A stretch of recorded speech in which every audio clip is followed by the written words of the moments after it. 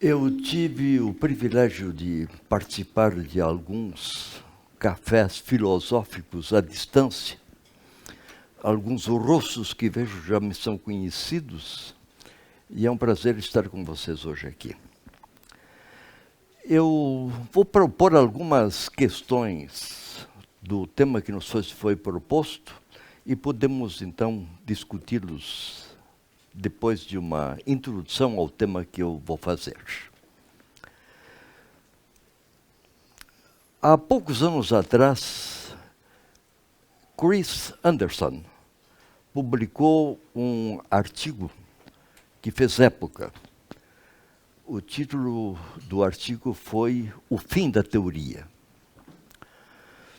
Isso nos coloca dentro de uma era apocalíptica desde o fim da Segunda Guerra Mundial.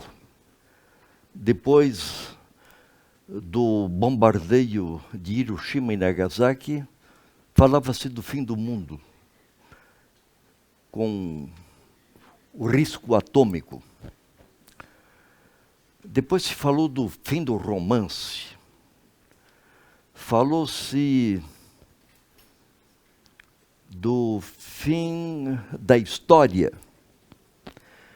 E agora, Chris Anderson, neste século, fala do fim da teoria. Isso nos leva a falar a refletir sobre a teoria. Teoria, na verdade, é um termo antigo. Ele foi inventado por um filósofo grego do sexto século antes de Cristo. Foi inventado por Pitágoras. E a visão histórica da teoria até agora nos fornecerá alguns elementos para refletirmos, para discutirmos a teoria. Teoria vem de um verbo grego que significa que é teorel. O verbo teorel significa algumas coisas. Significa, por exemplo, a consulta a um oráculo, significa a participação do teatro, o ver o teatro, o espetáculo teatral, assistir a jogos. E Pitágoras usa o termo teoria, derivado de teorel, para a contemplação do universo. E Pitágoras também aplicou à totalidade o termo cosmos. Cosmos, antes de Pitágoras, se usava para designar objetos artísticos, artesanais, de onde ainda se deriva, por exemplo, em português, o termo cosmético. Cosmético, que é um artigo de beleza, vem de cosmos, que significava um objeto artístico. Pois bem, então Pitágoras contempla o universo e contempla o universo como um grande espetáculo, como uma grande orquestra. Ele ouvia sons no universo. Ele era matemático. A vibração das cordas sonoras o levou a entender que o universo organizado era um universo sonoro. E se nós não percebemos esses sons, dizia Pitágoras, é que os ruídos da Terra impedem que a gente participe desse concerto. Inclusive, essa ideia de Pitágoras é retomada pela astrofísica recentemente. Pitágoras. Então, olha-se para o universo como um grande espetáculo, como uma grande sinfonia universal. Mas esta concepção do universo como uma unidade já antecede Pitágoras. Inclusive, na concepção mítica, há um livro, uma sistematização do mito anterior a Pitágoras, de Hesíodo, a Teogonia. Ela é muito importante porque dá um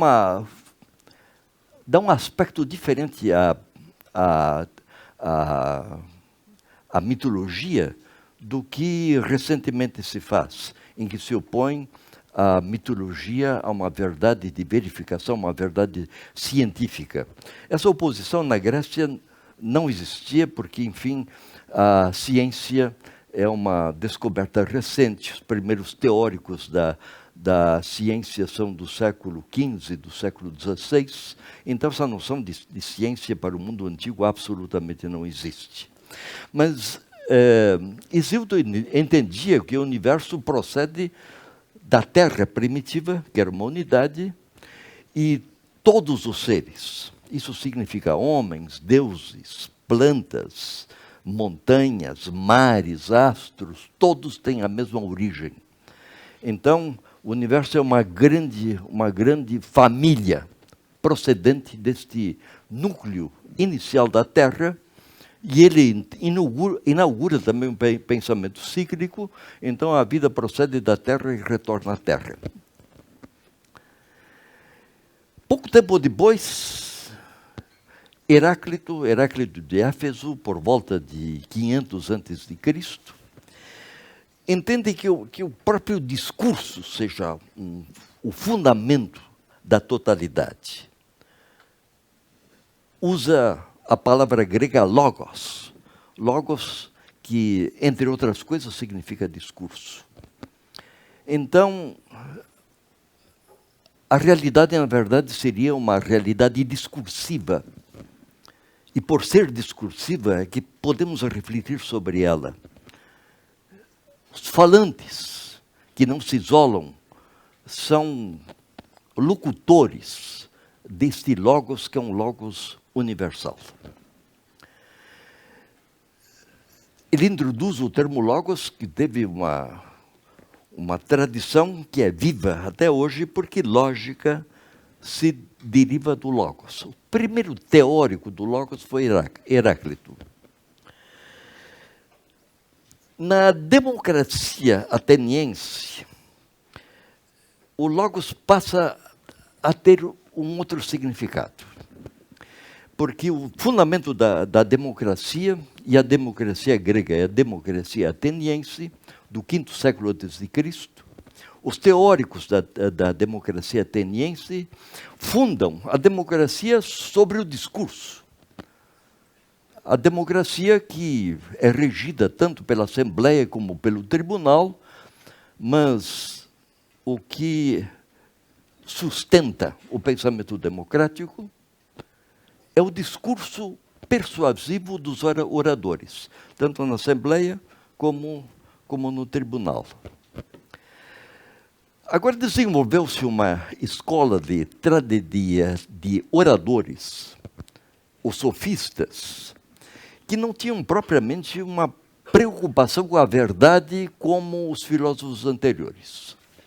Porque o que interessa na democracia, tanto na democracia ateniense como nas democracias atuais, é a persuasão da palavra. E surgiu uma escola de oradores em que os candidatos a cargos públicos, ou aqueles que se pretendiam participar da vida pública, passavam por essas escolas, porque a escola, então, o discurso agora passava a ter um poder que anteriormente era ocupado pela riqueza, pela tradição de sangue. Isso desapareceu na democracia e agora o poder estava na palavra. Mas não havia preocupação com a verdade. Então entra o conceito da persuasão. O discurso, para ser um discurso eficaz, deverá ser um discurso persuasivo. Platão, que está dentro desse meio, ele fica assombrado com essa situação que tinha acontecido com a palavra. Porque o instrumento da filosofia é a palavra, não existe outra coisa. Agora, uma palavra que não estivesse preocupado com a verdade, isso preocupava com Platão. Então, Platão diz, não é com a palavra, como está sendo usado agora, é que se atinge a verdade. E a verdade importava a Platão. Platão, com formação matemática, como todos os pensamentos gregos, queria que a filosofia tivesse o rigor que tinham as matemáticas. Então ele diz, olha, com o discurso efetivamente isso não funciona. Então ele propôs um método para atravessar o discurso, que é a dialética. Dia significa atravessar o discurso para encontrar entidades que sustentassem a própria comunidade humana, que são as ideias. De modo que esse pensamento, essa atribuição de um idealismo platônico, ele é questionável, ele deve ser muito bem refletido para não haver equívocos. O que Platão efetivamente queria seria fundamentos inquestionáveis que sustentassem qualquer teorização que se fizesse. Isso aparece, por exemplo, na República. No início da República, Platão discute as ideias de justiça os conceitos de justiça que estavam em discussão, e ele rejeita todos eles e passa a examinar, a fazer um exercício dialético para atingir a ideia da justiça que estivesse acima do discurso. Ora, como sempre se está distante daquilo que se procura, o termo filósofo criou essa ideia de que o filósofo está distante daquilo que ele busca.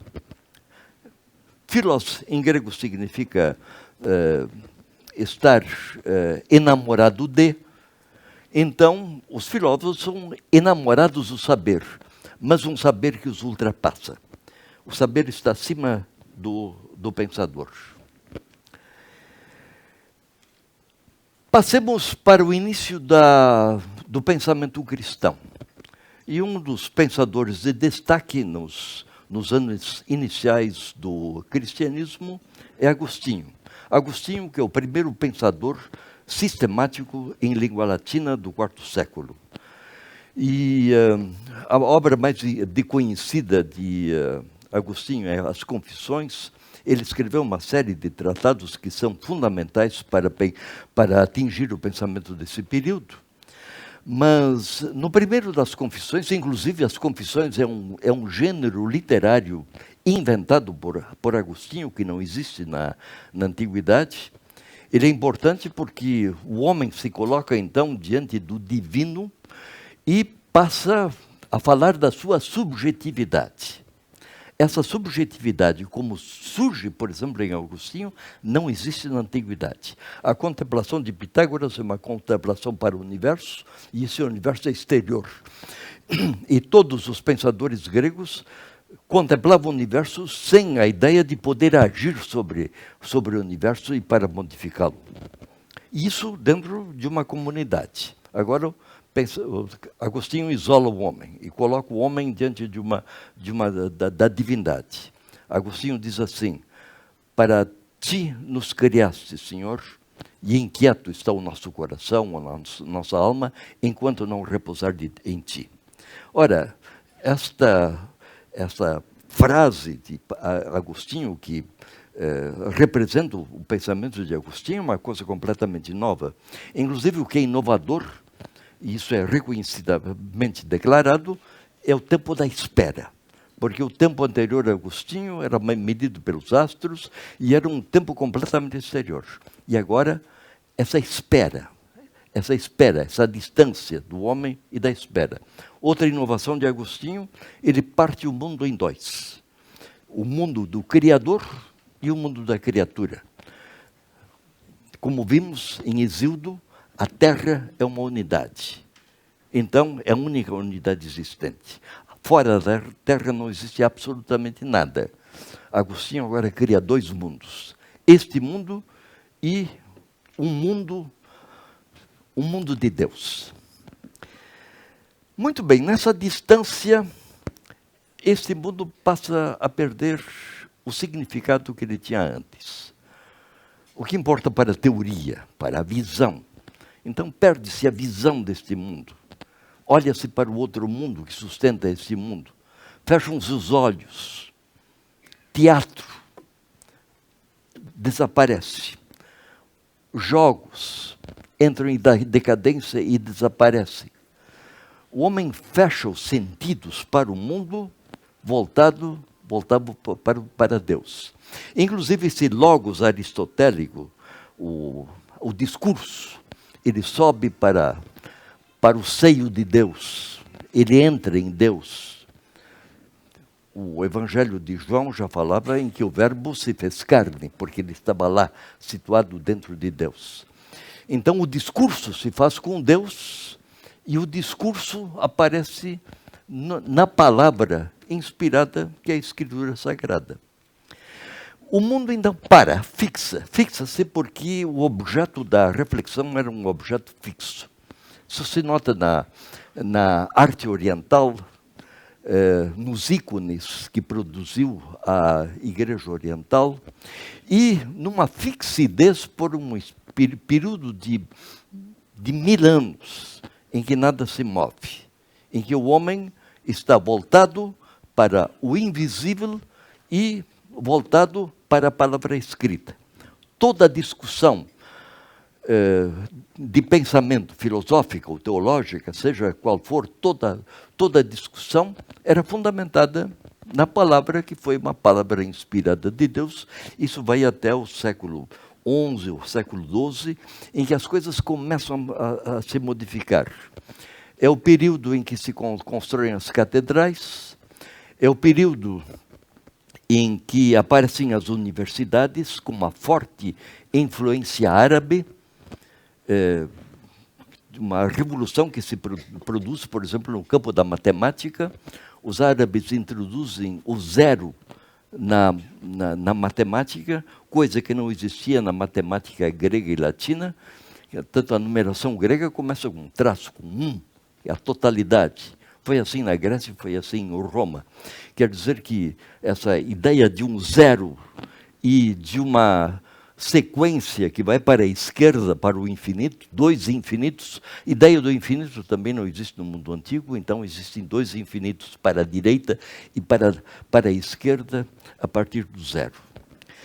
Muito bem, e o mundo começa a se movimentar. Isso se vê, por exemplo, na pintura de Giotto, e Giotto que introduz o movimento dentro dos seus quadros, um movimento que antes não existia. O mundo começa a se movimentar.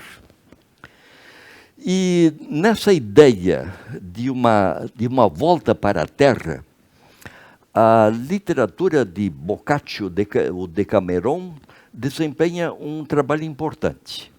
Há uma peste, a peste negra. 10 jovens se retiram do mundo para refletir sobre o mundo, contam histórias sobre o mundo, refletem sobre esse mundo, o mundo da peste, o mundo do mal, o mundo do pecado, o mundo das infrações, a partir desse momento. E a reflexão de Boccaccio é para a Terra. Foi ele que designou a comédia de Dante, de Divina Comédia. E essa ideia de comédia também é uma ideia interessante, porque, enfim, então, foram os cristãos que descobriram a comédia. A comédia antiga tinha outro significado. O mundo grego é um mundo trágico, um mundo que termina na morte. O cristianismo ultrapassa essa medida da morte. Então, essa tragicidade grega desaparece e o mundo se transforma, na visão de Dante, em comédia. Mas o mundo de Dante ainda é um mundo rígido, quer dizer que todos os destinos, todas as ações, elas estão pré-determinadas e o homem, de acordo com as suas decisões, vai para um lugar específico no outro mundo, seja no inferno, no purgatório, no paraíso, pré-determinado pelas suas ações. Então, essa destinação da vida, o sentido da vida, estava dado por aí. Isso desaparece na literatura de Boccaccio. Boccaccio, inclusive, os encontros se dão por acaso, as ações elas se dilatam, aquele mundo de Dante fixo, ele começa a se desfazer. Pois bem, então, acelera-se o movimento até aqui. E isso se verifica, por exemplo, na Renascença. A Renascença, o movimento contrasta o movimento da fixidez da Idade Média. Tome-se como exemplo a pintura da Capela Sistina de Miguel Ângelo, e dos momentos centrais na pintura de Miguel Ângelo é o Deus Criador que cria Adão. Então, na pintura de Miguel Ângelo, temos um Deus envelhecido e ele faz um gesto que toca os dedos da sua criatura de Adão, um corpo atlético.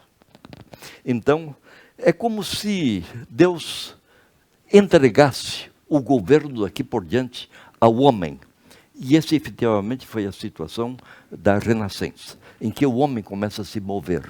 Começam as navegações, atravessam-se os mares, começa-se a globalização, então, agora com a dominação europeia, com a troca de produtos, com o comércio, enfim, ativa-se tudo se move, passa a se movimentar.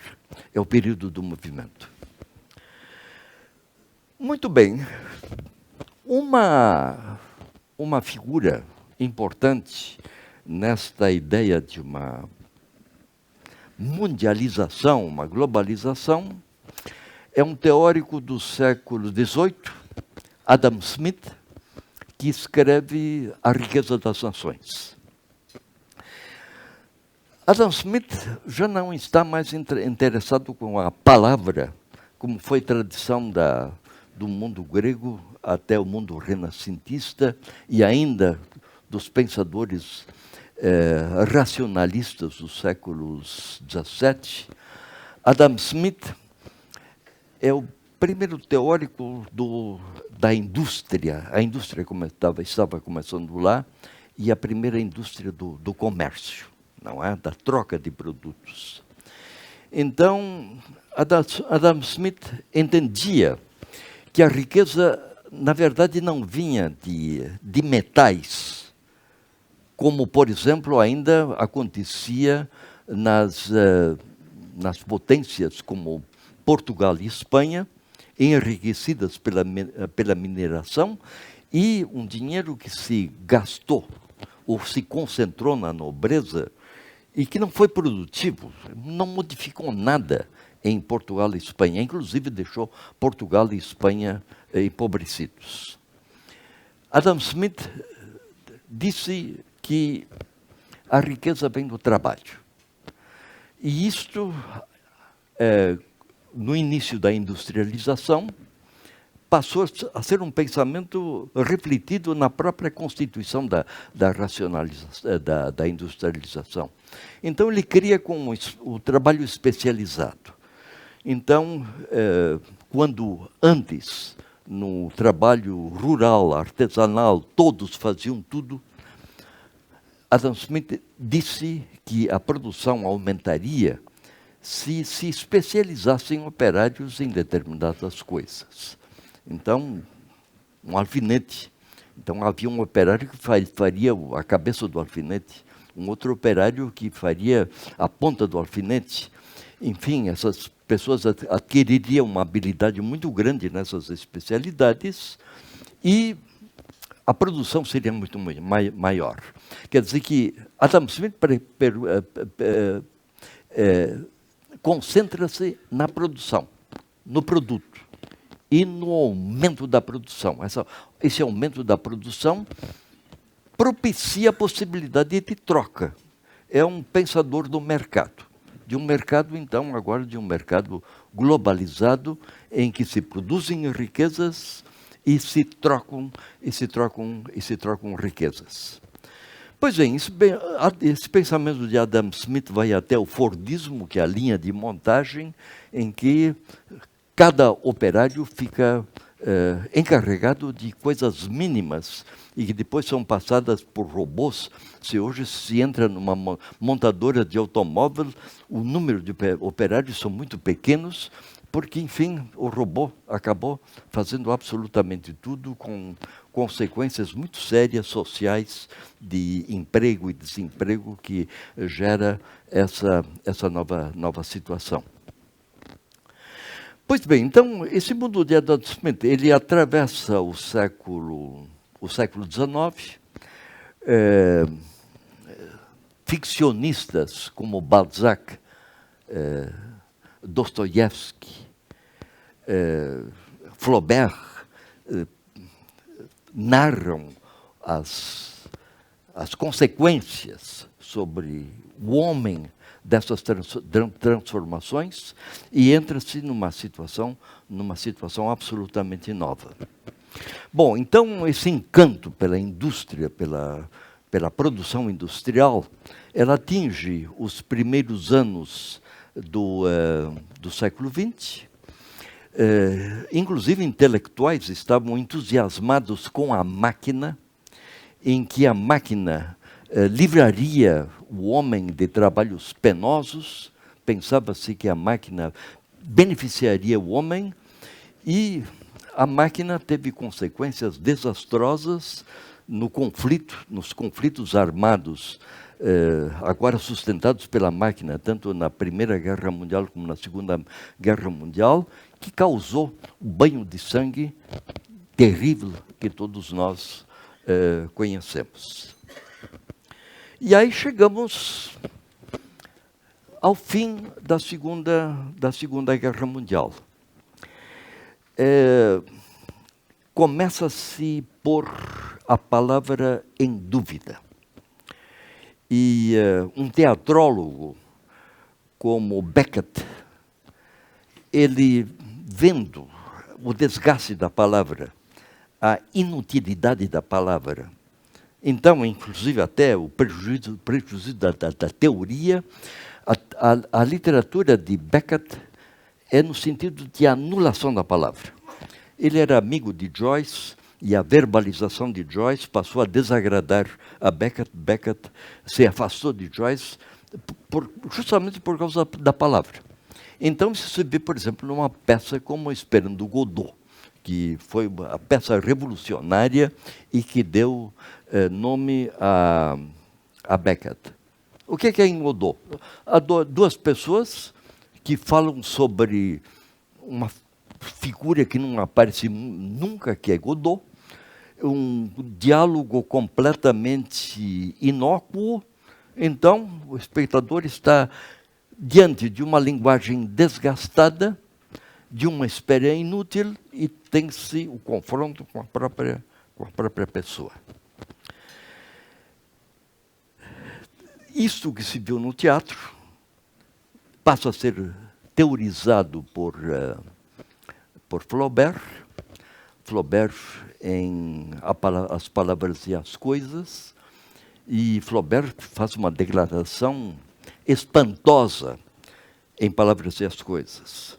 Ele diz que o homem desempenhou todos os seus papéis, que o homem não existe mais. Foi o período do estruturalismo, em que o estruturalismo passou a comandar a ação das pessoas, também no pensamento de Lévi-Strauss, em que Lévi-Strauss, por exemplo, examina civilizações da América indígenas, descobre o complexo de Édipo, tanto na América, nas populações indígenas, como na Grécia Antiga, quando não havia nenhum contato histórico. Então, havia uma estrutura que comanda as pessoas. Foucault diz um dos seus escritos que o homem nada mais é que um atravessar de textos. Quer dizer que os textos, as palavras que nós ouvimos, as palavras que nós lemos, passam a comandar as nossas ações, mas então o homem não existe mais. Quer dizer que, no pensamento de Foucault, o homem é uma produção verbal, desde a Grécia Antiga. E agora a palavra acabou. Acabando a palavra, acaba o homem também. Muito bem. Aí vem a teorização logo em seguida, e inaugura aquilo que nós chamamos a idade digital, e Chris Anderson, um dos teóricos da idade digital, ele declara o fim da teoria. E o que existe no fim da teoria? Fim da teoria, a emergência do dado. É a tese do Chris Anderson. Tanto nesse artigo que ele escreveu, como num livro que apareceu em seguida, que é o Cauda Longa. Cauda Longa que serviu de modelo para muitas empresas mundiais. Bem, o que é a cauda longa? Ele diz que não existe uma teoria, mas a cauda longa, ele pega uma imagem estatística que levanta uma coluna e uma coluna descendente, que significa a cauda longa. Quer dizer que os sucessos que surgem em determinado momento, eles vão se distribuindo dentro da cauda longa. Quer dizer que é uma imagem da estatística. Muito bem, agora o que diz Chris Anderson, os sucessos também não interessam mais. Porque essa produção que se tem massiva, a produção de dados, acabaram com os sucessos. Sucessos ainda tinham um significado nas últimas décadas do século passado, mas não teriam mais significado hoje. Quer dizer que, enfim, ele argumenta com a música e com o teatro, com o cinema. O estrelismo no cinema também está decadente. Quer dizer que quando o cinema surgiu, e ainda nos anos 50 e 60 do século passado, o estrelismo no cinema era gritante. A produção cinematográfica já está entrando nessa cauda longa. Pode haver um sucesso de uma semana, não mais, então se entra dentro dessa cauda longa. Agora, Chris Anderson diz o seguinte, tem que se administrar essa situação. O que efetivamente temos é dado, por isso a teoria não funciona mais. Quer dizer, o que se faz com a produção de dados. Então ele faz uma teoria da oferta e da procura, de produtores e consumidores. Na verdade, quando ele diz que a teoria não existe mais, ou então que a teoria é inútil, quer dizer que aquilo que nós estamos fazendo é absolutamente inútil. É inútil porque não produz coisa nenhuma, não produz riqueza. Quer dizer que do ponto de vista de Chris Anderson é uma perda de tempo. Entendendo-se que tempo é dinheiro. Não é? Então, ele fala da produção e do consumo. Enfim, o que ativa a sociedade humana, e agora nós estamos nessa situação do século XXI, é essa circulação de produção e de consumo. Então, nessa ideia da cauda longa, o produto ele pode vender menos, mas se a oferta é muito grande, aí entra um outro instrumento que é a televisão. As lojas já estão se transferindo para a televisão. Quer dizer que se eu tenho uma loja pequena em que eu posso oferecer, por hipótese, 3.000 produtos, se eu puser uma loja virtual na televisão, eu posso ter o quê? 300.000 produtos. Então, se vende pouco, se vende. Quer dizer que então se faz a mistura, e aí surge o consumidor de música, por exemplo, que não se interessa mais pelos sucessos, mas se interessa por música, ele faz a sua própria combinação de músicas daquilo que está oferecendo. Quer dizer que o sucesso desapareceu, e desapareceu a teoria. Ele argumenta com as grandes empresas que trabalham com este modo de pensar e recomenda que, inclusive, esse pensamento entre na ciência. A ciência deveria lidar, na opinião de Chris Anderson, com dados. Nada mais do que dados. ele não trata de filosofia porque a filosofia entra por um campo do inútil. Chris Anderson só se preocupa com a utilidade. Muito bem. Então, estamos nessa situação do útil e do inútil. E nessa situação do Chris Anderson. Muito bem. Agora, a questão é o seguinte. Foucault já tinha dito que o homem não existe mais. Chris Anderson transforma toda a convivência humana em mercado e tem do homem a concepção do útil. E como é que nós vamos lidar então, com o homem em teoria? Aí tem uma palavra de uma personagem de Joyce, do Ulisses, o Stephen Dedalus, que discute com o diretor da sua escola, que é um homem integrado dentro do Império Britânico, e o homem que quer levar esse jovem translocado à ordem, e lhe diz que ele deve fazer alguma coisa efetivamente de útil da sua vida e que deve considerar o Império Britânico, que se fez com muito trabalho e que chegou ao ponto que estava, mediante uma geração diante de homens disciplinados e trabalhadores. Lhe responde Stephen Dedalus: a história é um pesadelo do qual eu tento de despertar. Quer dizer que é todo o peso do Império Britânico, é todo o peso da cultura. Quer dizer que lugar resta para o homem. Então, Stephen Dedalus, que é um artista, ele pretende despertar desse pesadelo. Agora, pelo que se vê, nosso pesadelo já não é mais da história. Nosso pesadelo é precisamente o produto. É a produção industrial e todo o pensamento centrado na produção industrial, o que resta para o homem. Resta a palavra. A palavra que foi destruída, inclusive, resta a teoria. Agora, o que significa a palavra?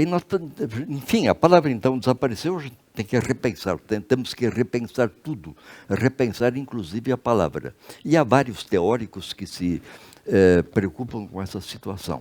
Mas então, qual é o lugar da palavra? Enfim, a palavra estabelece uma possibilidade de dialogação. Mas para que haja diálogo, é preciso que se constitua o interlocutor como falante, como pensante. Então, tanto aquele que fala como aquele que participa, que recebe o discurso, são pessoas que devem estar dentro do mesmo nível. Agora, veja-se no sistema da globalização, em que nós encontramos as falas mais diversas possíveis. Então, uma variedade de falas, inclusive com desinteligências completas. Desinteligências que estão sendo resolvidos até hoje pela violência, pelas armas. Quer dizer que, como pensantes, deveria-se pensar nessa situação de uma possibilidade de diálogo. Agora, evidentemente, esse diálogo, ele nunca significa a aniquilação do interlocutor. Para que haja diálogo, tem que haver uma diferença. Caso contrário, o diálogo não tem sentido. Caso contrário, o diálogo vira monólogo. Agora, como sustentar um diálogo com outro? Então, para que efetivamente esse diálogo seja possível, eu devo garantir a identidade do outro, o pensamento do outro, a diferença. Quer dizer que essa fragmentação do universo e a diversificação do universo, o desafio que nós temos é de viver dentro deste mundo diversificado. E essas diferenças, a diversificação, com ela nós ainda não sabemos conviver. Quer dizer que nós temos que reinventar uma situação em que efetivamente se converse. Declarações de políticos, por exemplo, que não se conversa com terroristas. Quer dizer que nem se interroga o que está na cabeça do terrorista, porque ele é terrorista. Então não se conversa com ele. O que se faz com o terrorista? Procura-se destruir o terrorista. E as consequências dessa ação violenta, por exemplo, como terroristas, a gente nem sabe o que está na cabeça do terrorista. Inclusive se declara como terrorista uma categoria geral, como em outros tempos se dizia bárbaros. Os gregos falavam de bárbaros. Quer dizer que bárbaro fala uma linguagem que eu não conheço. O terrorista fala uma linguagem que eu não conheço. E falar com ele não está me interessando.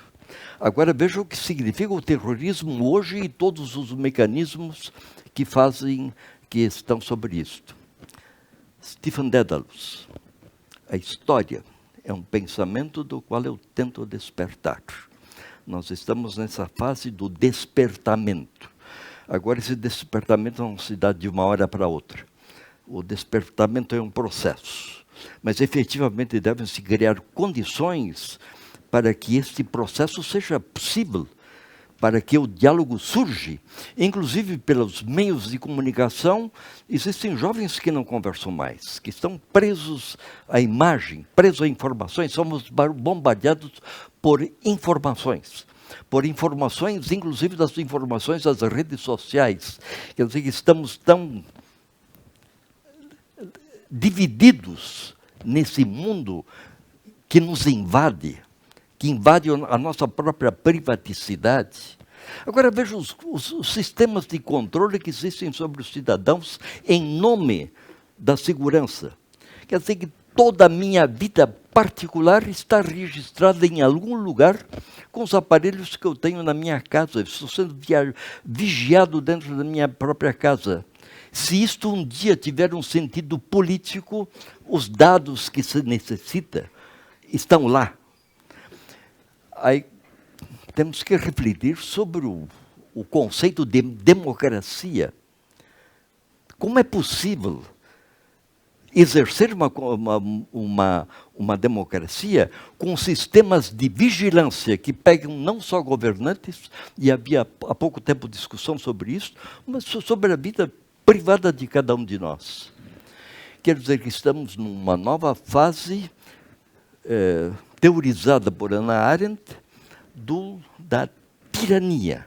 A tirania é isto. A tirania nos priva da liberdade. Eu digo, enfim, qual é a liberdade que nós temos?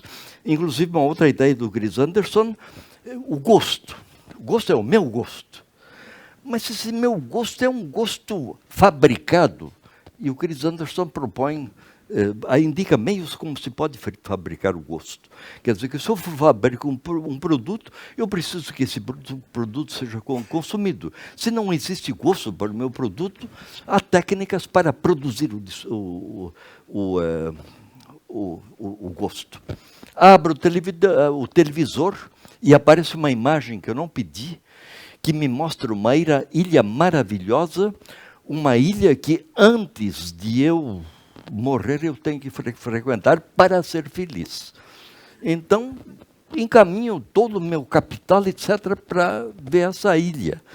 Quer dizer que, então, há todo um mecanismo que faz com que eu me sinta na obrigação de viajar para ser feliz e para ver mundos paradisíacos. Enfim, nós estamos cercados por toda essa técnica do discurso. Muito bem. Somos fragmentados. Quer dizer, somos fragmentados pelos nossos interesses. Inclusive, é frequente que a gente entra num restaurante, que existem várias pessoas sentadas em torno da mesa e cada um com um celular no ouvido. Essa comunidade, essa comunhão, já não significa absolutamente nada. Ou então se entra para dentro de ambientes em que o som é tão vibrante, tão violento, que não se ouve absolutamente nada. A possibilidade de conversar efetivamente não existe. Então a gente sai de casa para fugir da solidão e entra num ambiente em que a solidão é determinada pela própria situação. Muito bem. Então, estamos nessa situação da fragmentação e da solidão. Agora, a questão do sentido da vida. Qual é o sentido da vida dentro dessa situação? Quer dizer que essa situação de sentido da vida não é um processo individual. Quer dizer que há toda uma situação sobre a qual nós devemos refletir. Quer dizer que, inclusive, não é nesta noite que nós vamos resolver o problema do sentido da vida. Mas esse sentido da vida, efetivamente, deve ser levado para um contexto que efetivamente se vive. Bom, essa ideia da fragmentação, ela, inclusive, não é nova. Já começamos com a teoria que Anderson leva para a inutilidade, não é? Quer dizer, a situação de teorizar, mas inclusive agora já podemos falar sobre a necessidade de teorizar. Quer dizer, para Anderson, a teoria não existe. O que nós estamos fazendo é teorizar. Nós estamos nesse terreno do inútil. Porque vantagem econômica, isso aqui não tem para ninguém. É um espaço totalmente inútil. É de se perguntar se este inútil não é o lugar para nós nos descobrirmos, para nós nos encontrarmos. Quer dizer que uma das condições, então se pense nas condições concretas, para criar espaços para a palavra. Um lugar em que a palavra seja possível, e essa palavra efetivamente deve ser espontaneamente proferida. Devo dar atenção ao meu interlocutor naquilo que ele diz, naquilo que se exprime. Inclusive, esses espaços para a gente dizer o que sente também são muito raros. Enfim, muita gente já paga dinheiro para um ouvido que o escute. É o ouvido do psicanalista, não é? Então nós temos que pagar para que, enfim, alguém nos escute. Agora, se eu procuro um amigo e começo a falar das minhas misérias, de olha, eu tenho outras coisas para fazer, está muito bem, mas vamos terminar por aqui mesmo, não é? Vamos tomar um chopp, a gente conta uma piada, etc., e resolve o negócio. Quer dizer que eu vou contar as minhas coisas para quem? Quer dizer que aí a psicanálise até é um exemplo disto. Quer dizer que então seria o caso de uma popularização da psicanálise. Quer dizer que, enfim, que todos nós fôssemos atentos ao que o outro tem que dizer, nós fugiríamos das nossas soluções. E essa ideia do diálogo platônico, Platão, então, dentro desse discurso político, opressivo, desse discurso esmagador, ele descobre o diálogo. No diálogo desaparece a autoridade. Quer dizer que se alguém numa roda de falantes assume uma atitude autoritária, acaba a conversa. Quer dizer que efetivamente essa criação do outro, do espaço do outro, de uma colocação do interlocutor, para que exista uma circulação do eu a tu, o do eu a você estabelecido como uma pessoa com a qual se possa estabelecer uma interlocução, é uma situação, enfim, então, absolutamente necessária. Pois bem, então, é o princípio de se pensar, inclusive, o que temos a pensar. O que temos a pensar é na inutilidade. Então, Chris Anderson, a teoria é inútil. Muito bem.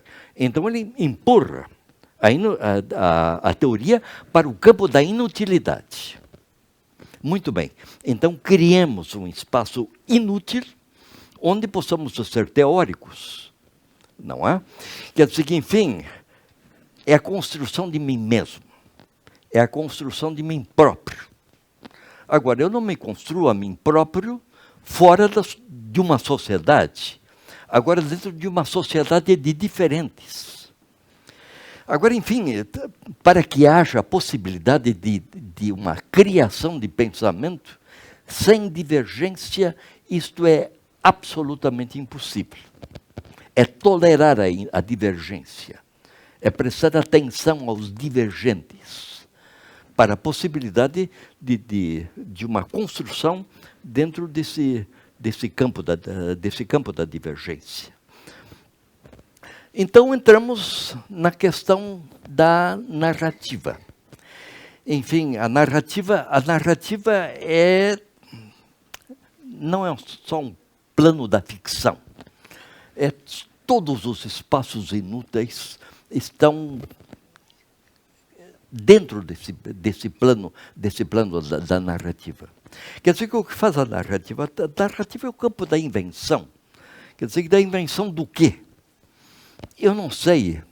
Se eu soubesse, a questão estaria resolvida. Enfim, aí temos uma diferença entre o mundo antigo e o mundo em que nós vivemos. Mundo antigo.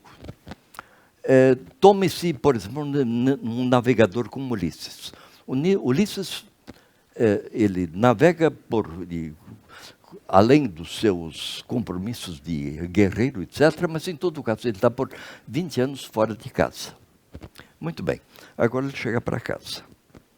Chega para casa quando tem um menino, que era criança, de poucas semanas ou poucos meses, quando ele saiu de casa, que era Telêmaco.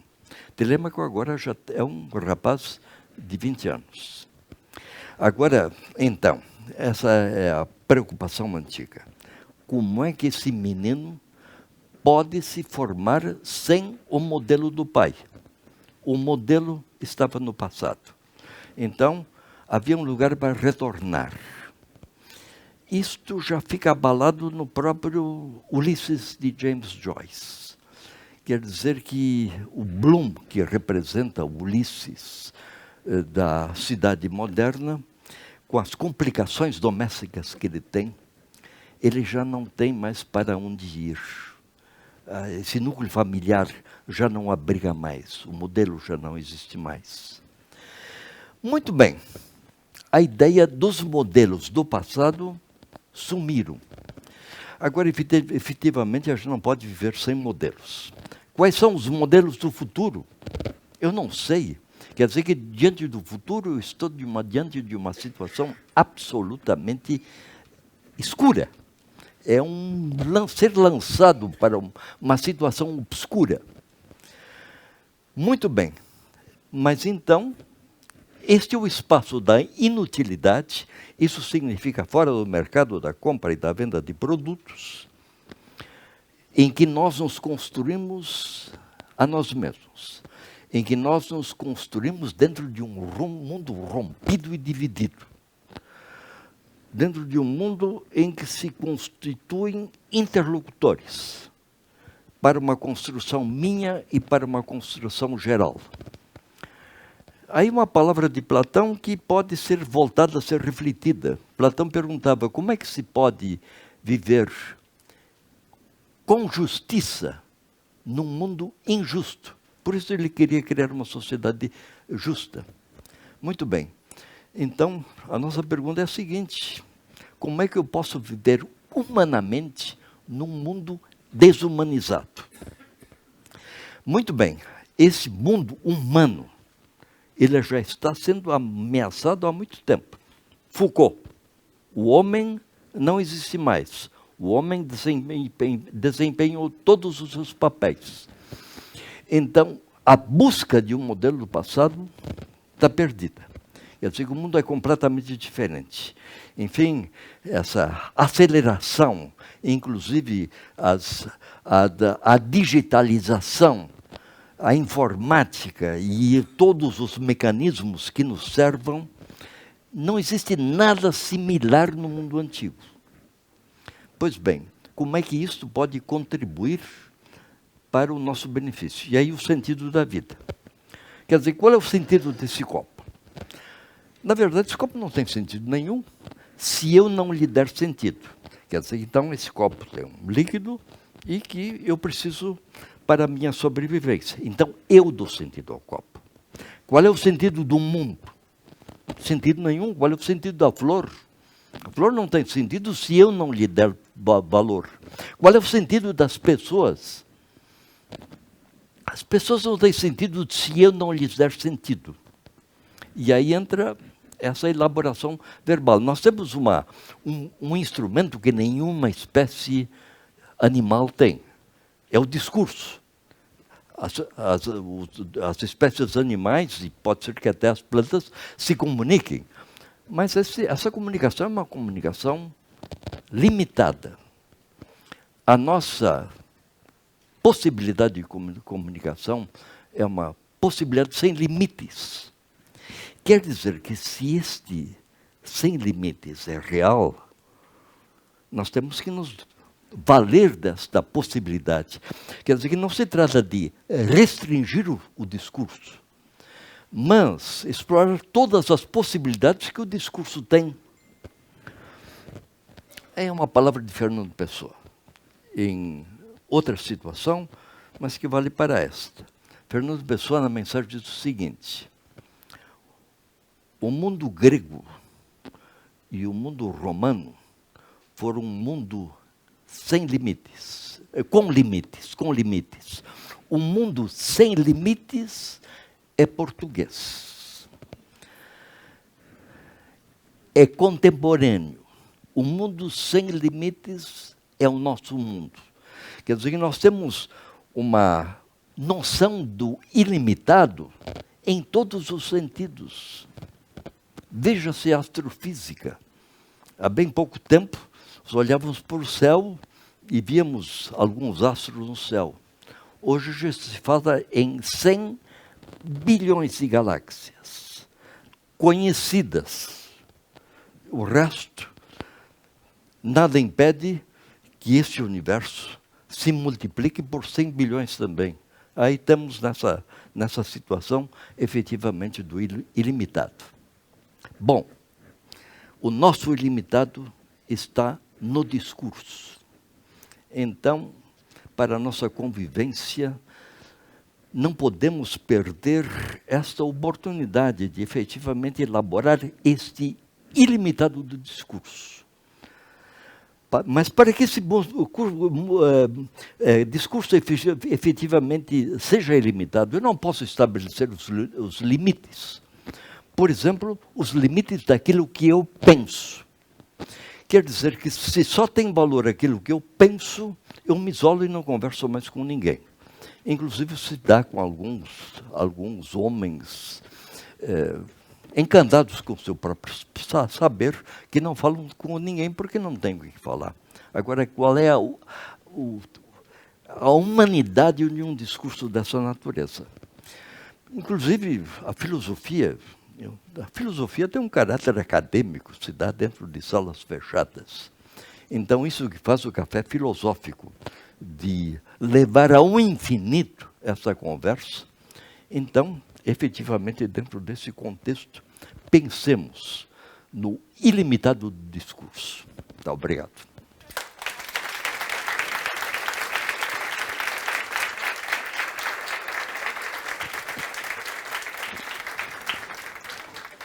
Professor, muito obrigado pela apresentação. A gente vai abrir agora para as perguntas. Quem do público que tiver perguntas, tem papeizinhos nas mesas, só anotar, passar para a produção.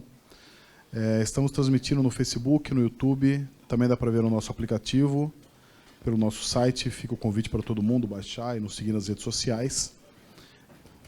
E para começar, tem algumas perguntas aqui, pessoas do Brasil inteiro estão acompanhando pelas redes sociais. Chegaram algumas perguntas aqui do público já também, algumas que eu já anotei do YouTube, algumas também do Facebook. E a pergunta com qual a gente vai abrir a noite de hoje é a pergunta do Alif Gonçalves, que diz assim: por que os homens insistem em criar e sustentar as figuras de demônios e anjos? Seria dificuldade de suportar o sofrimento das suas escolhas? Bom, a pergunta é metafórica, não é? Eu gostaria de saber o que são demônios e anjos. Então, para ficarmos dentro da reflexão que estamos fazendo, acabemos com os demônios e acabemos com os anjos. Eu estou diante de pessoas humanas, não estou diante de demônios nem de anjos. Muitos políticos estão efetivamente diante de demônios e matam os demônios, ou pelo menos procuram matá-los. Matar o demônio é difícil. Vê o terrorista. O terrorista não desaparece, não dá para matá-lo. Muito bem. Então, sejamos então pelo menos práticos, já que não podemos matá-lo, transformemos-lo numa pessoa humana e conversemos com ele, conversemos com todos. A segunda parte da pergunta é para a felicidade. Ele falou da felicidade, é? Seria a dificuldade de suportar o sofrimento das suas escolhas. Sim, o sofrimento das suas escolhas. Bom, veja o seguinte, se eu devo escolher, eu estou no sofrimento. Por quê? Eu não sofro se eu não tenho nada a escolher. Se eu tenho tudo, não tenho nada a escolher. Se eu sou obrigado a escolher, então, aquilo que eu sinto necessidade de escolher é o que eu não tenho. Bom, isso me causa de sofrimento. Me causa sofrimento porque eu não posso fazer isso. Agora, como é que eu supriria essa deficiência? Me apropriando de todos os benefícios do mundo seria, enfim, uma situação tirânica. O tirano faz isso. O tirano submete todos. Pois bem, agora, o sofrimento está na nossa própria limitação. Então, tornemos o sofrimento útil. Quer dizer que se eu não sofro, eu fico na situação que estou. É letárgico. O sofrimento tem um elemento positivo. Quer dizer que é uma situação de desconforto que me leva a tomar ações. Freud falava no mal-estar da civilização. O mal-estar da civilização é precisamente isso. É sentir-se desconfortável no mundo que se está. Agora, como é que eu crio uma situação confortável? Efetivamente, então, dentro das categorias que nós estamos discutindo, estaria no discurso de fazer do outro um interlocutor, não de destruí-lo, não de absorvê-lo, não de convencê-lo, mas de construir juntos um modelo que não existe. Quer dizer que esse modelo que não existe é um modelo que deve ser criado, mas deve ser criado por pessoas que pensam diferentemente da interlocução.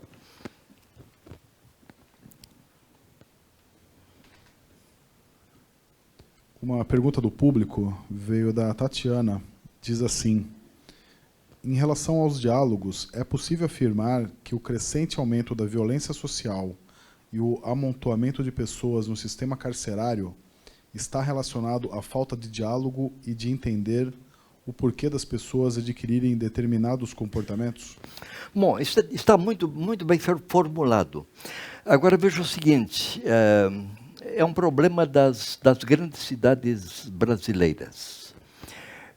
Inclusive há cálculos sobre isto. Segundo alguns que se ocupam com essa situação, diz que nas cidades brasileiras industrializadas, 40% da população é marginalizada. Quer dizer que se eu tenho uma cidade de 10 milhões de habitantes, 4 milhões de pessoas são marginalizadas. Agora, qual é a solução dessa marginalização? Então, pensa-se numa segurança policial, que não resolve absolutamente nada. Quer dizer que, então, nós limitamos nas nossas cidades o espaço da civilização e o espaço da marginalização. O marginal é empurrado para a periferia. E nessa periferia não há controle sobre a periferia. Quer dizer que urbanisticamente, e urbanistas já pensam sobre isso, tem que haver uma integração.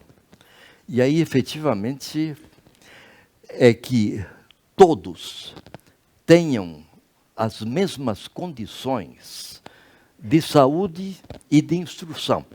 Isso é básico, é fundamental. Muito bem, nós sabemos disto, só que nós protelamos as medidas para o futuro. Quer dizer que não existe um plano concreto no Brasil de extinguir a marginalização do Brasil agora.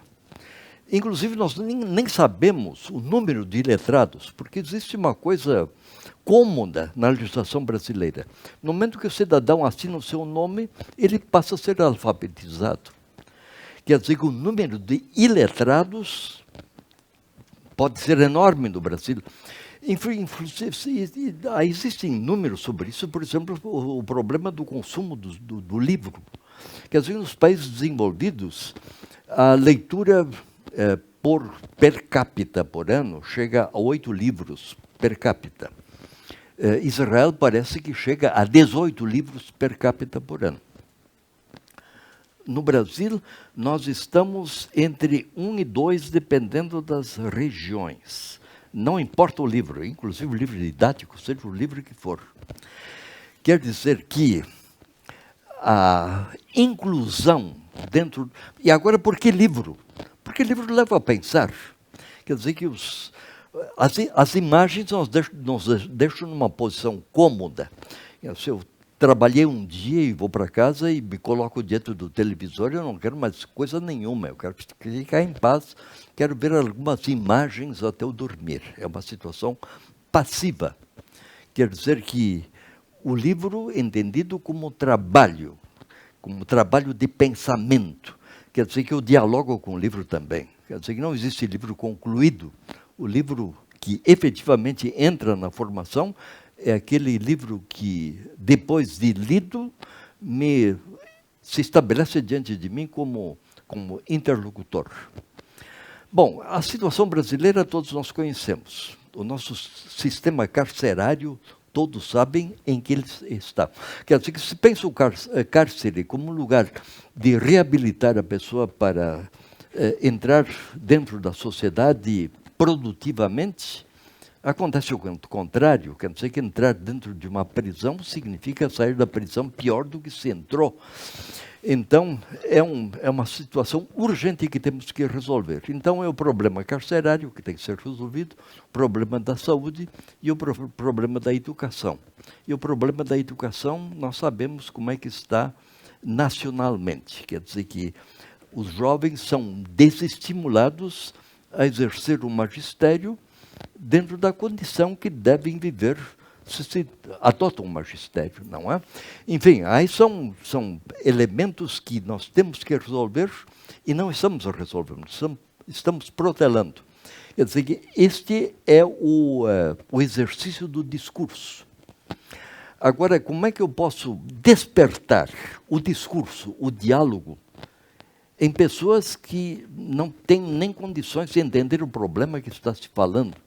Não se sabe daquilo que está se falando. Quer dizer que esse discurso, os problemas são levantados por pensadores, são levantados pela bibliografia. Há um cultivo para o discurso. Para dizer algumas coisas significativamente, eu devo conhecer o mundo dentro do qual eu estou.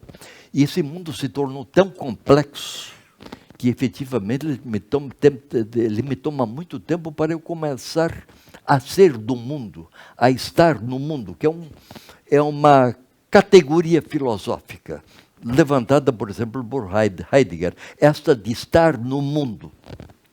Muito bem, mas esse estar no mundo não é uma questão teórica, quer dizer que eu estou no mundo, no país em que eu estou, singularmente, não é uma situação abstrata.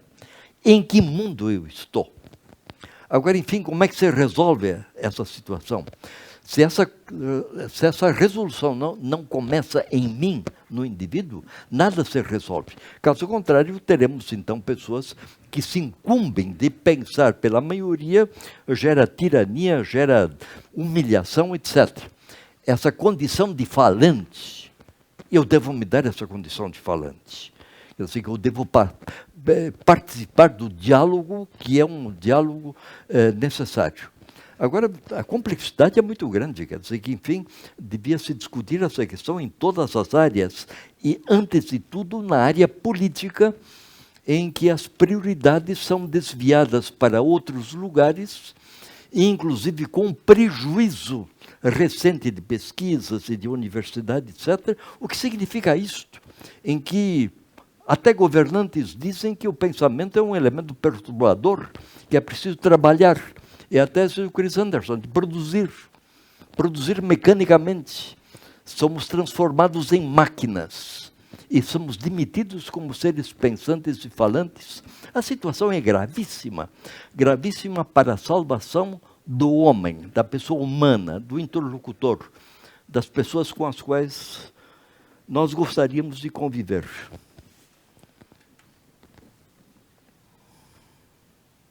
Só passar alguns dados aqui durante a transmissão, que a gente está fazendo no Facebook, no YouTube, também dá para ver pelo app e também pelo nosso site. Tivemos um alcance de cerca de 5.000 pessoas até o momento, que estão vendo essa palestra. Reforço de novo o convite para nos seguirem nas redes sociais. Pessoas do Brasil inteiro estão vendo aqui, um pessoal da Itália também se manifestou. E a pergunta que veio agora aqui é da Elvira Gonçalves, que diz assim: a grande crise que o capitalismo atravessa não é responsável pela falta de sentido da vida?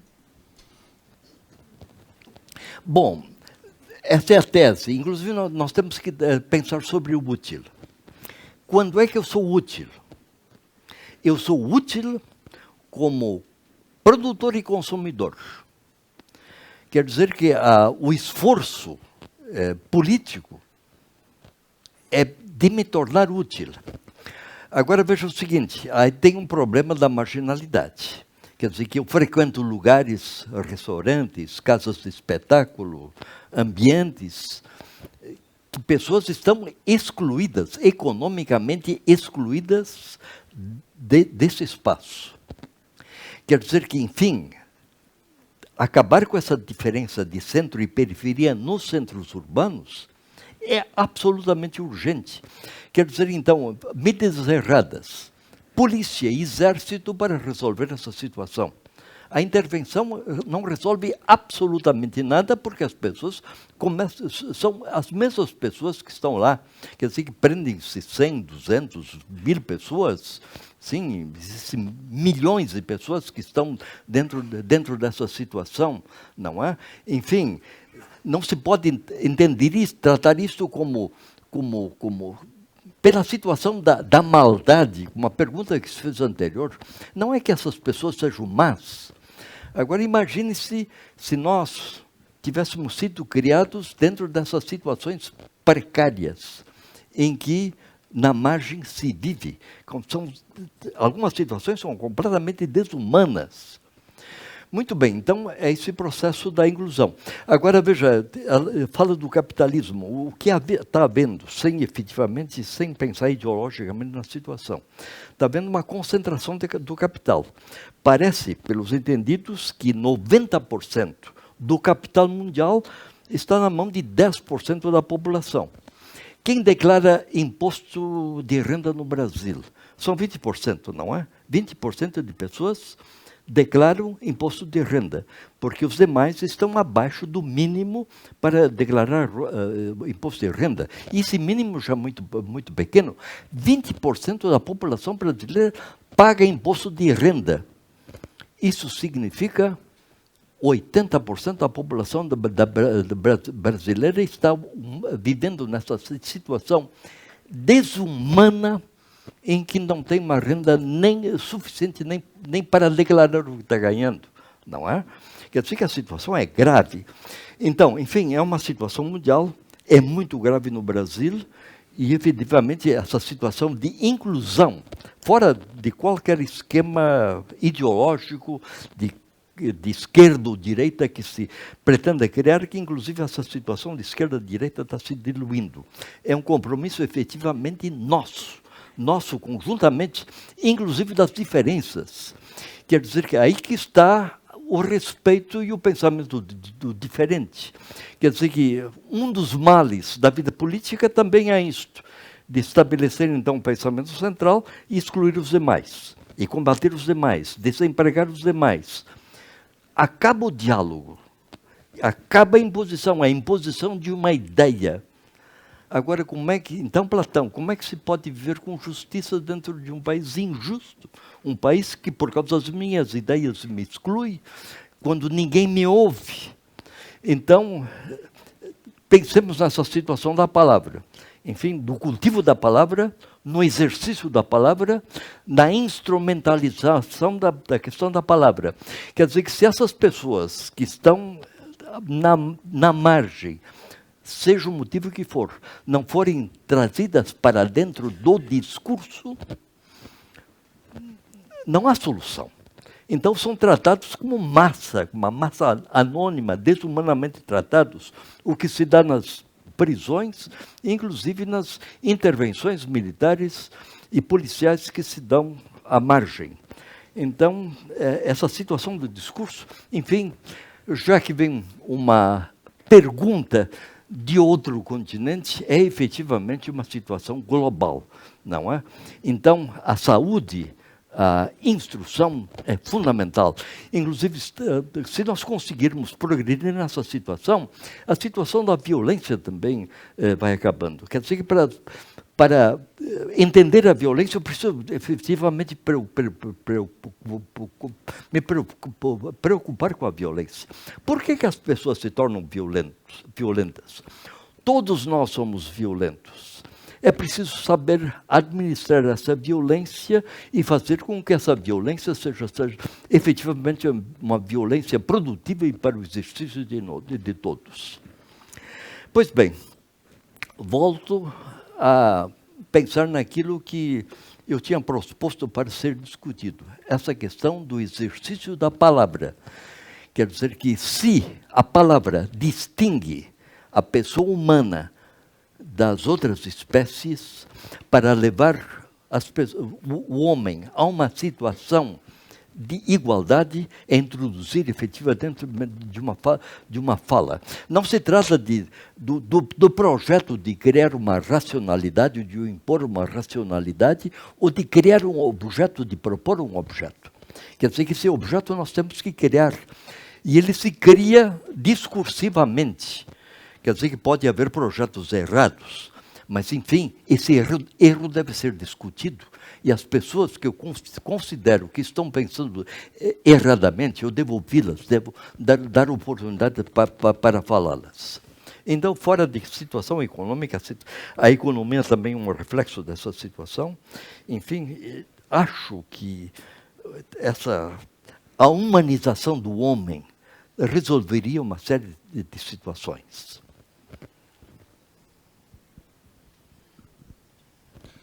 Oi, boa noite. Eu queria fazer uma pergunta. Hoje em dia, com o advento da internet, muitas pessoas têm voz, né? Todas as pessoas podem expressar opiniões e, independente quanto ela conhece sobre um tema, ela pode falar sobre aquele tema abertamente e outras pessoas conseguem ter acesso àquela informação. Isso faz com que as pessoas consigam adotar o discurso que mais lhe é semelhante, aquilo que eles mais se identificam, e não necessariamente aquilo que mais faz sentido ou que vem de uma fonte mais qualificada.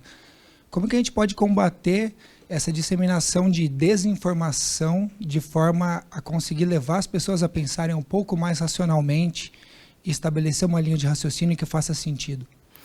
Perfeito. Agora veja o seguinte, nessas redes de comunicação também se comunicam muitas banalidades, não é? Quer dizer que o que nos atormenta também é o excesso de informação.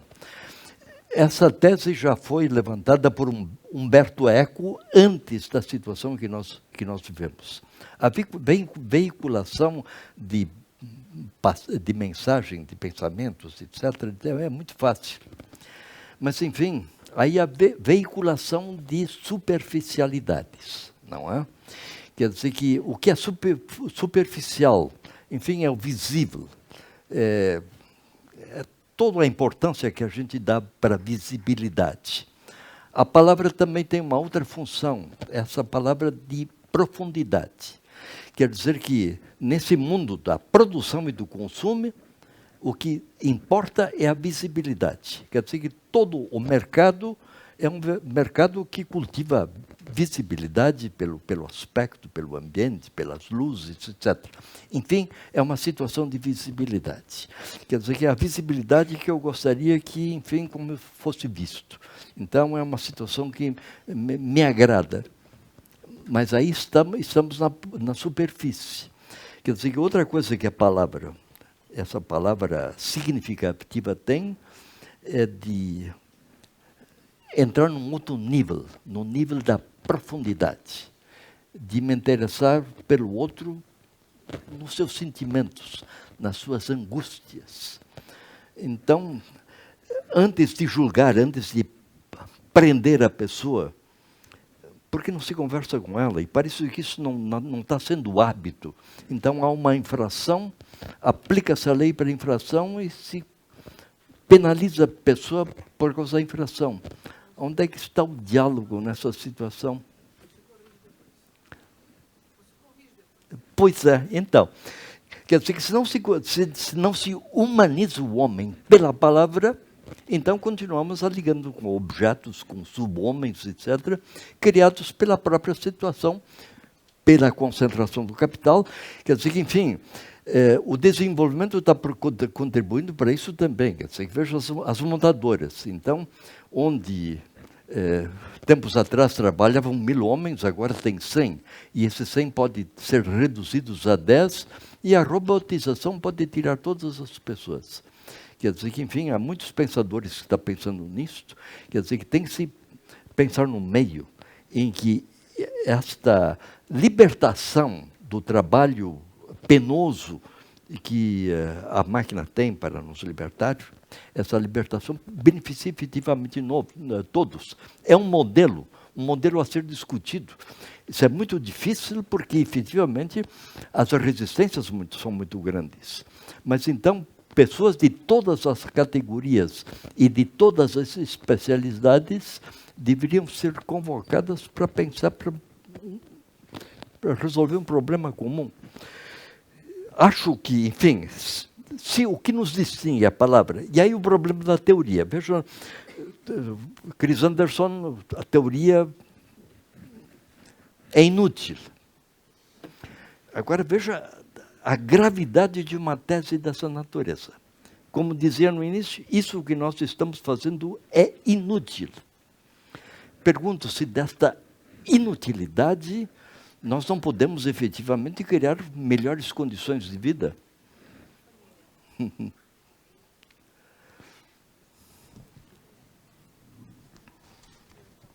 Boa noite. Boa noite. Esse módulo, hoje é a terceira noite dele, a terceira reunião, e ele começou e continua discutindo o sentido para a vida. E a sua exposição, no meu entendimento, foi uma exposição muito bonita, que colocou um processo de humanização, um processo de crescimento civilizatório, um processo, por mais que a gente não queira ficar trabalhando com ideias de que a gente sempre evolui, de que sempre tem um Estado, mas, para mim, pelo menos, no meu entendimento, houve um desenho de uma humanização crescente, de um processo civilizatório crescente. Mas parece que a gente está num impasse, a gente está chegando numa situação delicada. Dentro dessa situação, o senhor hoje é otimista com o que a gente pode construir ou pessimista com o que pode acontecer dentro do que nós estamos vendo hoje? Veja, vamos refletir sobre essa questão de otimismo e pessimismo. Eu acho que o pessimismo é prejudicial, porque se eu digo que o mundo não presta, o único bom sou eu e o outro efetivamente não presta. Quer dizer que se o mundo não presta, então não tem para falar com ninguém, não é? Agora, o que significa otimismo? Que nós somos capazes de sair da situação em que nós estamos. Sem problemas, nós não vamos viver nunca.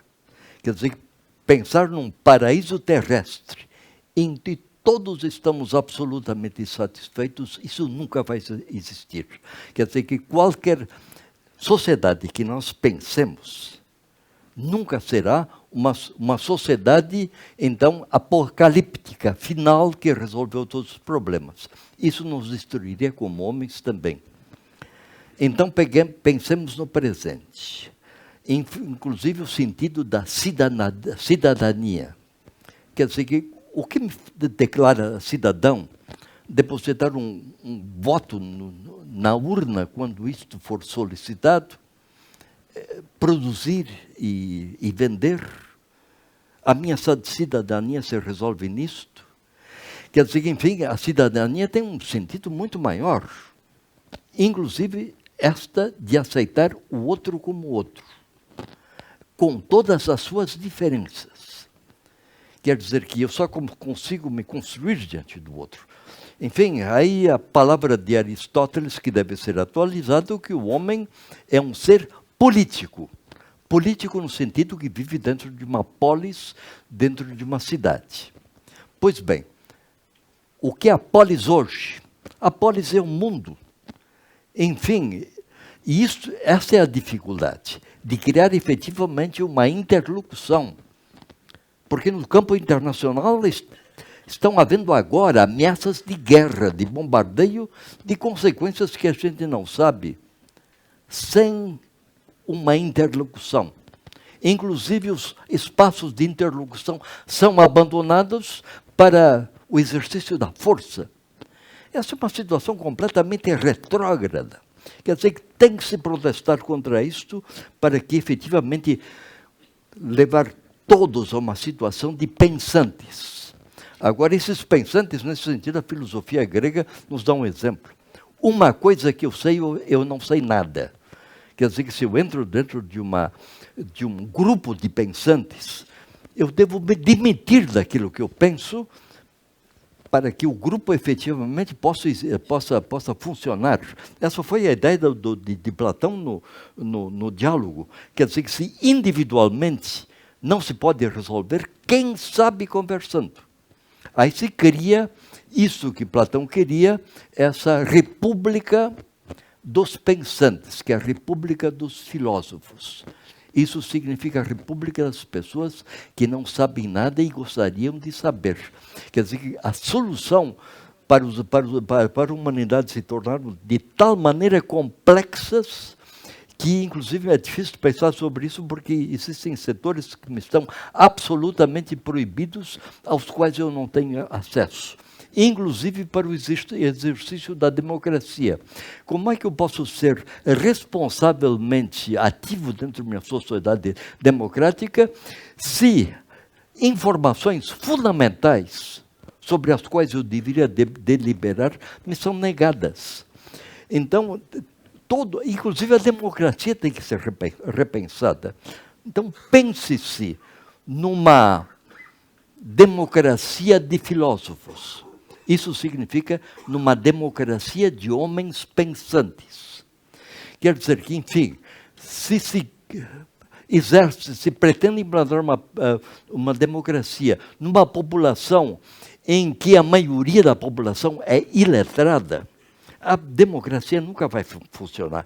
Então se cria uma oligarquia de pensantes que pensam nos seus próprios interesses e o resto, então, fique na situação do resto, não é? Uma pergunta que veio da internet, da Fabiana Pitinini, diz assim: há uma perda crescente da legitimidade do discurso especializado da ciência, da filosofia, o que leva ao empobrecimento do pensamento e do diálogo. É próprio do Brasil, mas é do mundo também. Oh. E a pergunta é: o que se pode esperar e o que fazer no sentido contrário a isso? Pois é, aí teríamos que pensar nos nossos currículos escolares. Quer dizer que não é criando técnicos que nós criamos pensantes. Então, o pensamento deve começar aonde? No berço, no jardim da infância.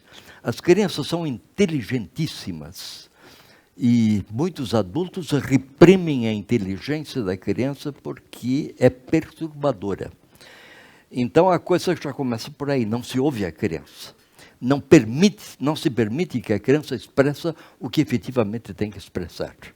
Quer dizer que, enfim, esse comportamento com respeito ao outro, quer dizer que uma rebeldia da criança, ela deveria ser aplaudida. Enfim, e como é que se consegue fazer isto? Conversando com a criança, não pondo de castigo, não considerando mal comportada que merece punição. Quer dizer que, enfim, a própria casa, o lar, deve ser de pessoas pensantes, pessoas que se respeitam. Agora, esse desrespeito dentro das casas são dados policiais. A violência doméstica é muito grande. Agora, pense-se nessa violência que nós não consideramos violência. Por exemplo, essa violência de mandar calar, em vez de estimular a fala, o pensamento, o diálogo. Isso é trabalhoso? É muito trabalhoso. Enfim, Guimarães Rosa, viver é muito perigoso, mas não fujamos do perigo. Entremos no perigo da vida.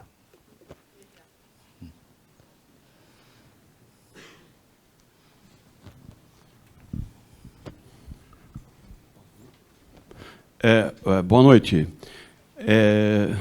Diga uma coisa, o senhor não acha que a filosofia ela está se omitindo muito em trazer para a gente? Ela faz perguntas muito grandes e parece que no centro de saber não se tem nenhuma proposta de transformação no mundo.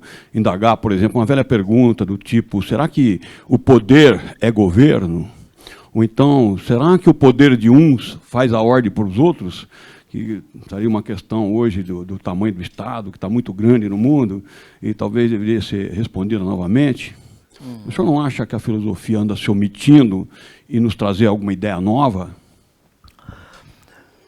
Eu acho que a sua preocupação está muito bem formulada, porque pode ser que a gente situe a filosofia num lugar em que não devia se situá-la.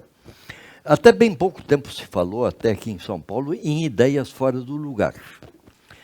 Então, quando é que uma ideia está fora do lugar?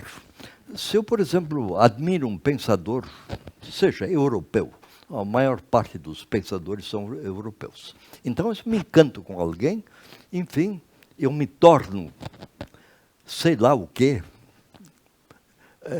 Foucault não existe mais. Então, tomemos Foucault como exemplo. Então, eu me torno um Foucaultiano dentro do Brasil, dentro dessas circunstâncias. Quer dizer que pode haver um equívoco nessa situação. Nesse sentido, a Grécia tinha um outro comportamento. A palavra logos, que se tornou uma palavra sofisticadíssima, Heráclito, que a pensou pela primeira vez, é uma palavra absolutamente coloquial. Ele pensou sobre as suas coisas. Quer dizer que, para haver um pensamento, tem que se pensar no aqui e agora. Agora, enfim, é um comportamento nosso que nós nos distanciamos da nossa realidade concreta e a gente se preocupa muito mais com o que está acontecendo na Europa, nos Estados Unidos, na Ásia, etc., e não estamos entendendo bem o que acontece no Brasil. Quer dizer, que não se está entendendo bem porque, enfim, nós não estamos empenhados sobre isso.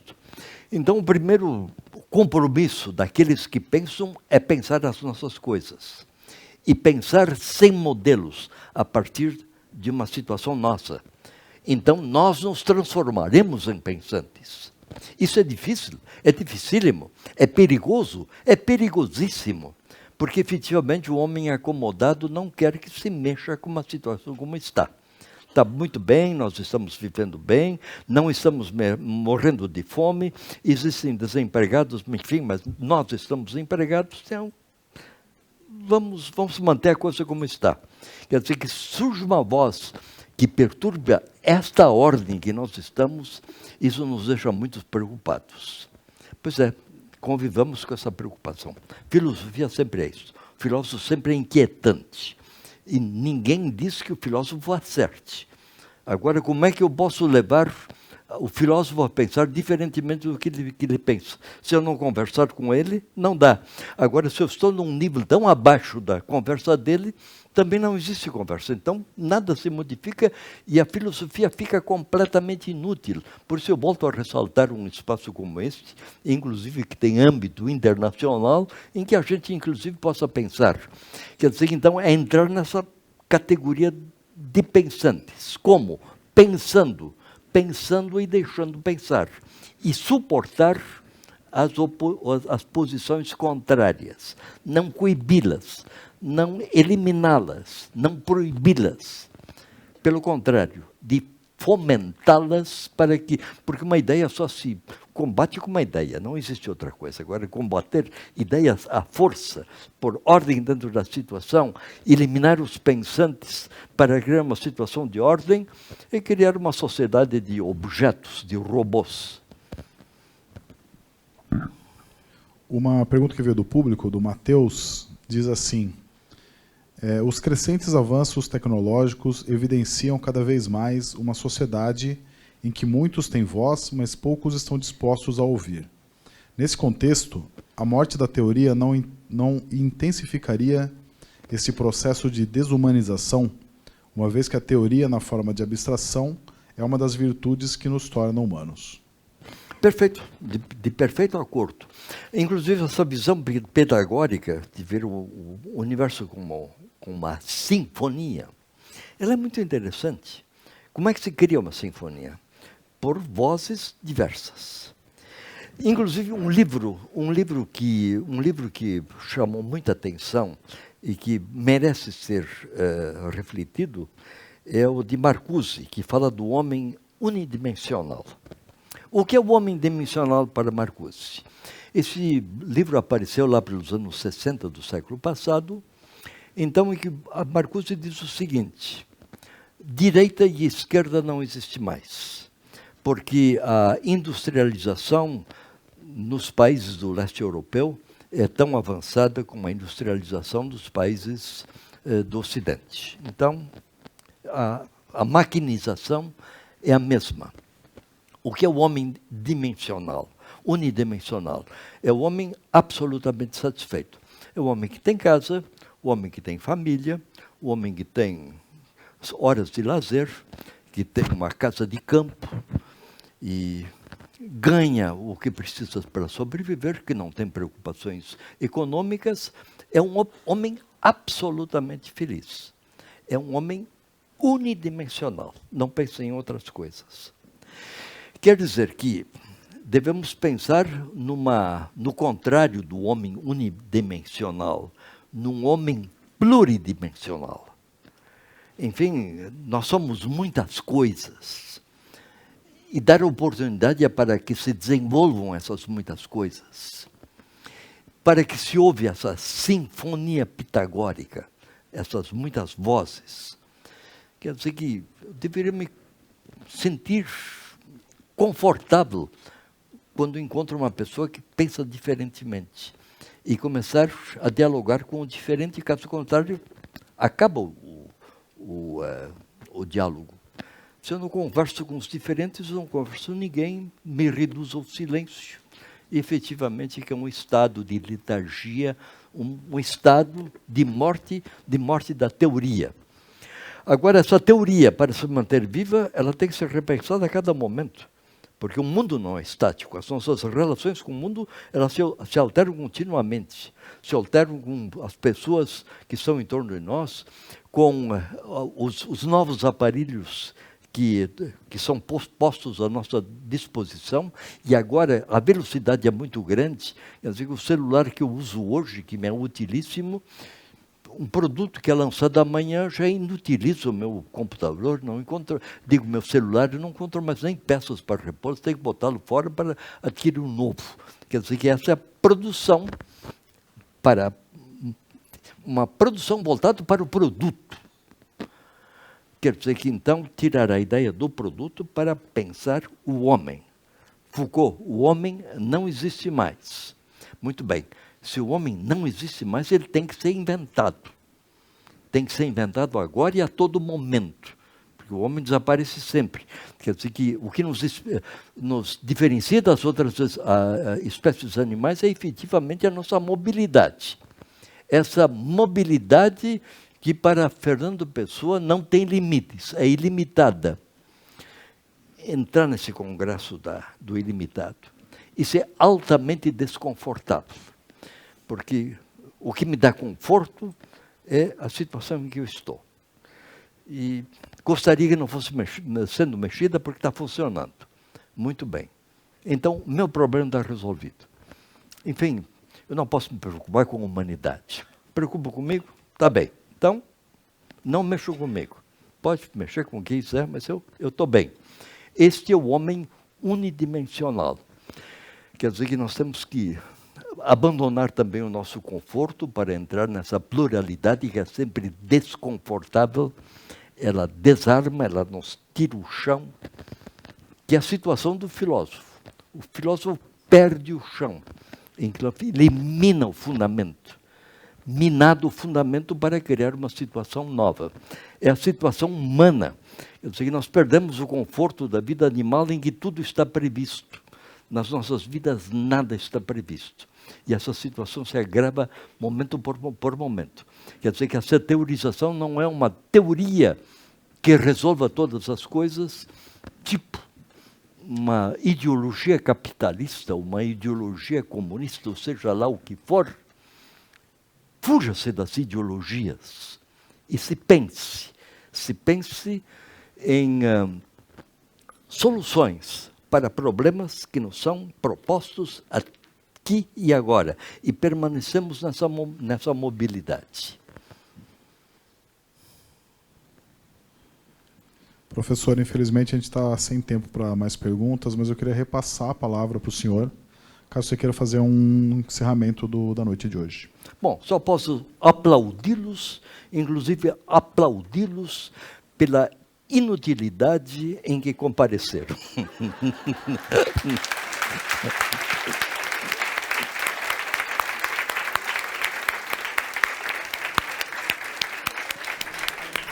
Professor, obrigado então pela palestra. Novamente, só um aviso, quem quiser ver a palestra do professor hoje já está no nosso site, também no Facebook e YouTube.